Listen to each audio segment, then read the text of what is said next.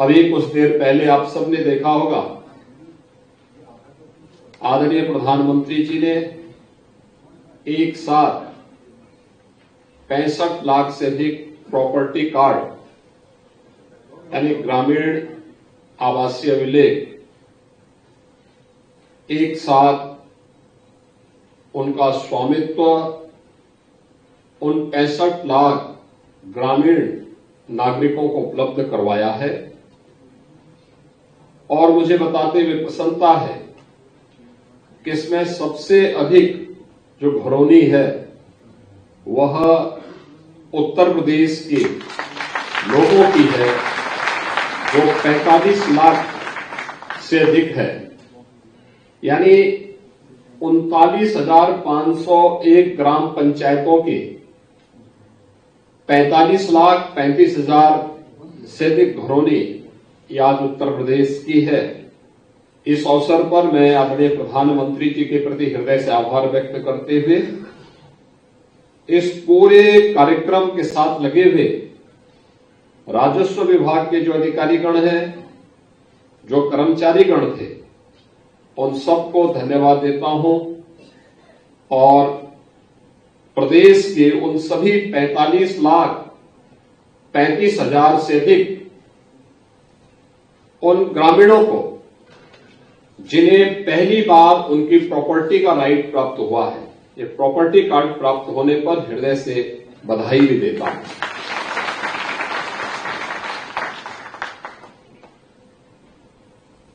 पहले ही उत्तर प्रदेश में इस योजना के अंतर्गत 37,800 गांवों में 55,14,000 से अधिक स्वामित्व कार्ड वितरित किए जा चुके थे। और अगर आप देखेंगे कि देश के अंदर जो अब तक 2,14,00,000 से अधिक स्वामित्व योजना के अंतर्गत प्रॉपर्टी कार्ड वितरित हुए हैं, उनमें से अब यह 1 करोड़ से अधिक अकेले उत्तर प्रदेश उसमें योगदान कर रहा है। यह एक महत्वपूर्ण कदम इसलिए भी है, अक्सर आप देखते होंगे राजस्ववाद और गांवों में जो विवाद होते हैं, बड़ी प्रॉपर्टी के लिए कम, छोटी प्रॉपर्टी को लेकर के, भाई भाई में, पटीदारी में, 1 फीट जमीन को लेकर के, रास्ते को लेकर के, नादे को लेकर के, ये विवाद अक्सर सुनने को मिलते थे। जो दबंग होता था, जो मजबूत होता था, वह 1 फीट इधर उधर बढ़ जाता था और फिर कमजोर व्यक्ति परेशान होता था। वह किसी के पास जाता था पैमाइश करने में या अपनी जमीन के लिए, तो उसके पास कोई कागज भी नहीं होते थे। अगर वह अधिकार भी जमाने का प्रयास करता था तो फिर मारपीट होती थी और इसमें बहुत कभी कभी जघन्य अपराध हो जाते थे। गरीब की सुनवाई नहीं होती थी, वह पीड़ित होता था, प्रताड़ित होता था और कभी कभी प्रॉपर्टी से भी वंचित हो जाता था।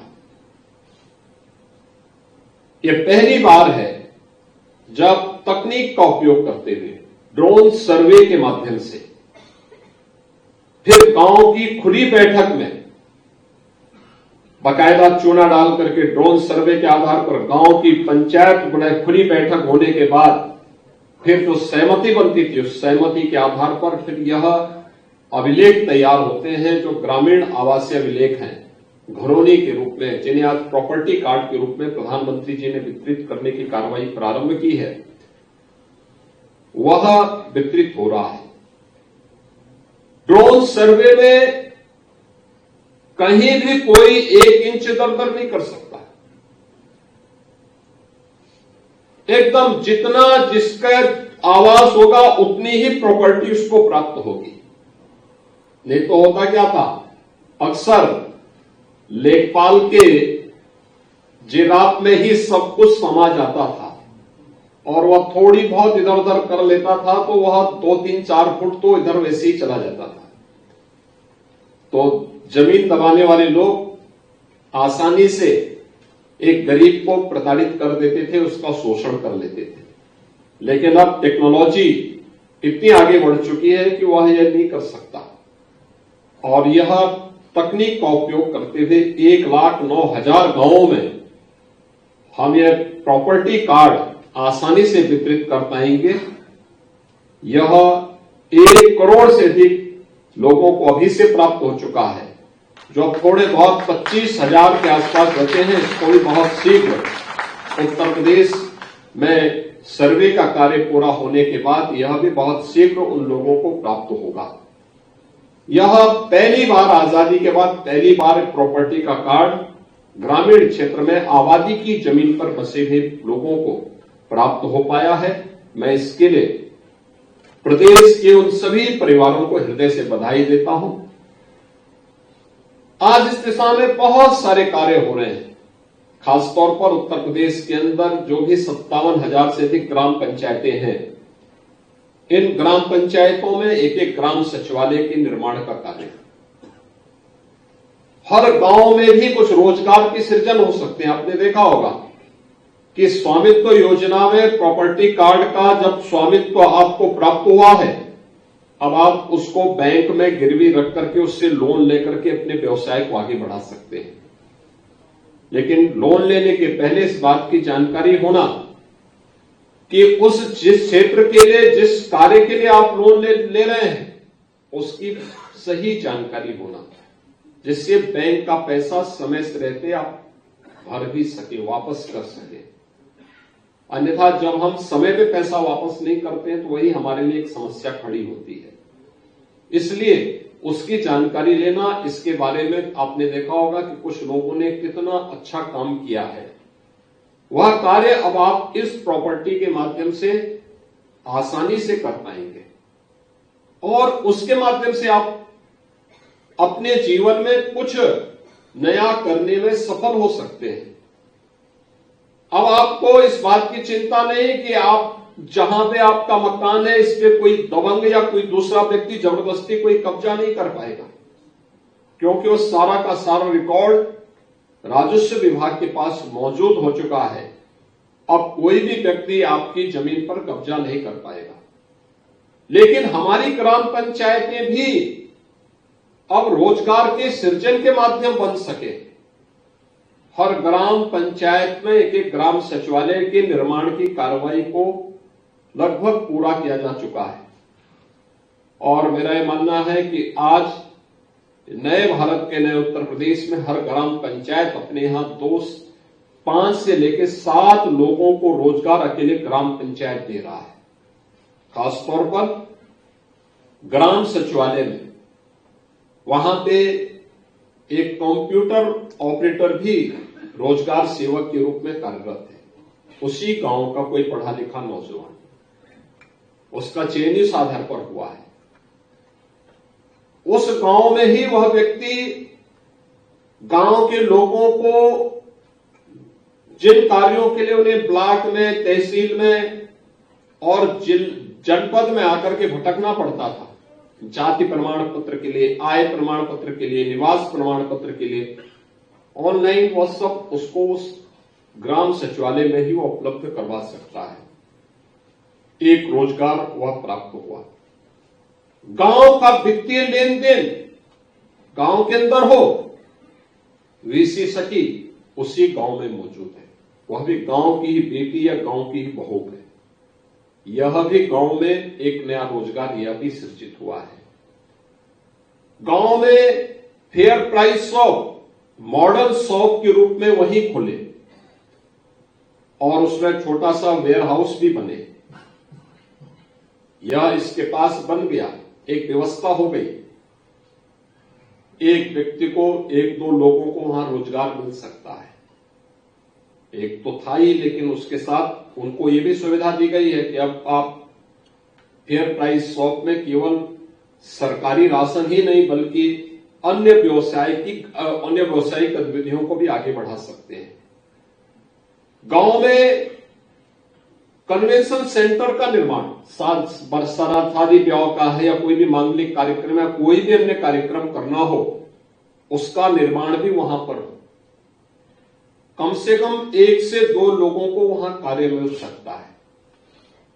गांव क्या सुलभ शौचालय, जो ग्राम पंचायत की ही महिला स्वयंसेवी समूह संचालित कर रही, एक महिला को उसमें रोजगार मिल पा रहा है। यानी 6 से 7 लोग आसानी से एक ग्राम पंचायत में ही रोजगार का सृजन कर सकते हैं।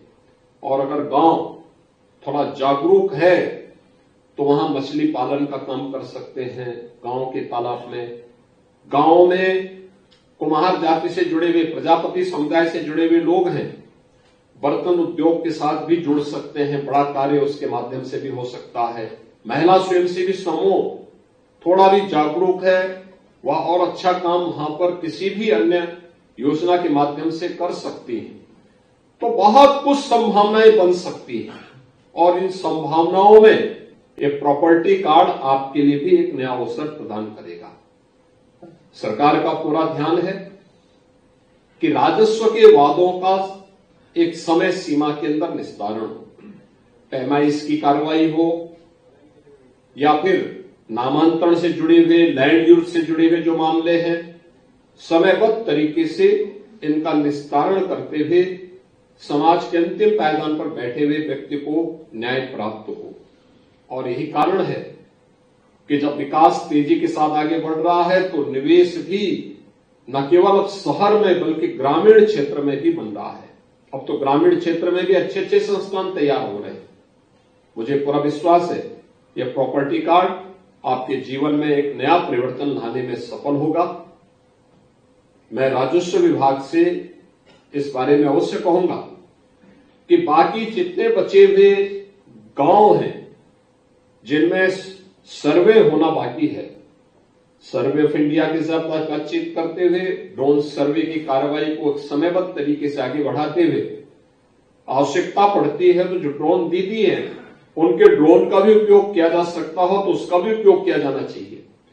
और समय रहते हुए हम जितने भी अवशेष गांव हैं इन गांवों को भी हम लोग वहां से जुड़े हुए प्रत्येक नागरिक को भी हम इस प्रॉपर्टी कार्ड को समय रहते वितरित कर लेंगे तो राजस्व से जुड़े हुए तमाम बातों का निस्तारण करने में हमें सफलता प्राप्त होगी। एक बार फिर से प्रदेश भर में आज जिन 29,501 ग्राम गांवों में ये 45,35,680 नई घरौनी वितरित की गई हैं, यानी प्रॉपर्टी कार्ड वितरित किए गए हैं। इन सबको मैं हृदय से बधाई देता हूं। आदरणीय प्रधानमंत्री जी के प्रति आभार व्यक्त करते हुए उस राजस्व विभाग की पूरी टीम को जिन्होंने पूरी प्रतिबद्धता के साथ इस कार्य को संपन्न किया है, उन्हें हृदय से धन्यवाद देते हुए अपनी वाणी को विराम देता हूं। धन्यवाद। जय हिंद।